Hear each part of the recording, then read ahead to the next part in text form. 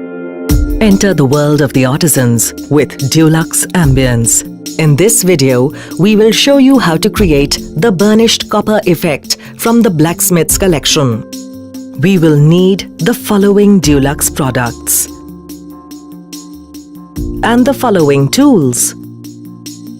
Always prep the wall with Dulux primer and putty for best results.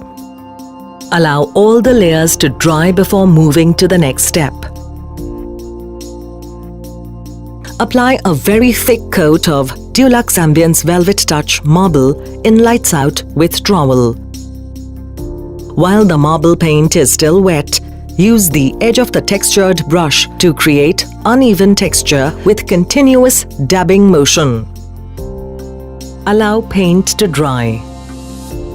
Apply Dulux Ambience Velvet Touch Metallic Silver in Lights Out with a sponge across the surface. Allow paint to dry. Apply Dulux Ambience Metallic Copper in Pure Copper with a sponge over the grooves. Allow paint to dry. Now we have successfully created the burnished copper effect from the Blacksmiths collection by Dulux Ambience. For more collections, visit duluxambience.com. Personalize your world with the new Dulux Ambience collection.